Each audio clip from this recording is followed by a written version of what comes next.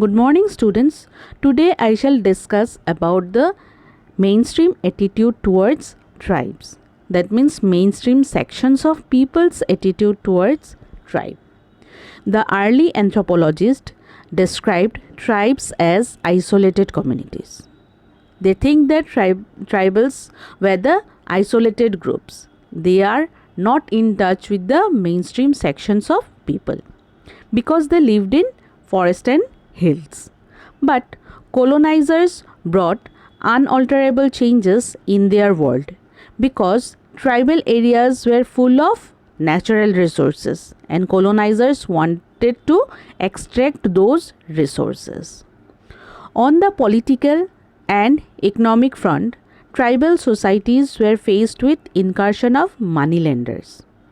And because of different policies of reservation and mining operation, tribals lost their land and access to forest. Moreover, in urban areas, colonial government used to collect land rent as a primary source of surplus extraction. But it is not possible in hilly areas. So, in hilly and forest areas, natural resources like forest and minerals was the main source of income. So, the colonial government reserved those forests so that no one could take anything from those forests. So, colonial government decided to divide the forest.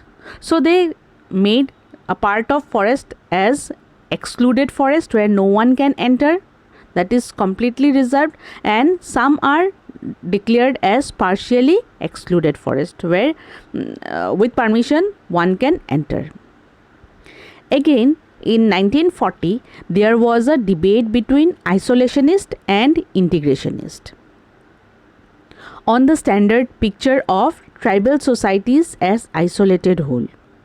Now you need to know who were isolationist and integrationist. Isolationists were those who think that tribals are different group untouched by civilization. And they argued that tribals needed protection from traders, moneylenders, Hindu and Christian missionaries. Because all these groups of people extracted their land and reducing them to detribalized landless labor. Okay? So isolationists were the sections of people who think that tribals were isolated groups, and for that they need protection from those moneylenders because moneylenders and other sections of people used to exploit tribals. On the other hand, integrationists are those sections of people who think that tribals were the part of Hindu society, but they occupy low status or they were backward Hindus, and their problems had to be addressed within the same framework like other backward sections of people. That means integrationists think that tribals and Hindu people are integrated group, they are united group. Tribals were the part of Hindu society, but tribals were the backward Hindus. Okay? So, the integrationist dominated the Constituent Assembly and advocated welfare schemes that would enable controlled integration. And government launched different schemes like 5-year plans, tribal sub-plans, tribal welfare blocks, spatial multipurpose area schemes. Okay? So, when they could convince the government, so they thought that different schemes should be there for those backward sections of people. So they supported for different plans, and government accordingly launched different plans for those backward sections of people. But the main problem here is that integration of tribals has neglected, and integration has been on the terms of the mainstream society and for its own benefit.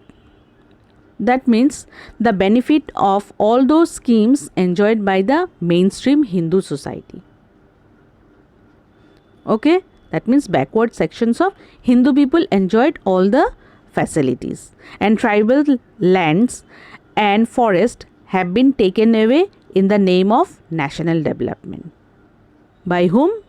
Obviously by the non-tribals, and their communities shattered. So obviously when their lands taken away by the non-tribals, so they had no place to reside, so they shattered. Okay, so this much for today. Thank you.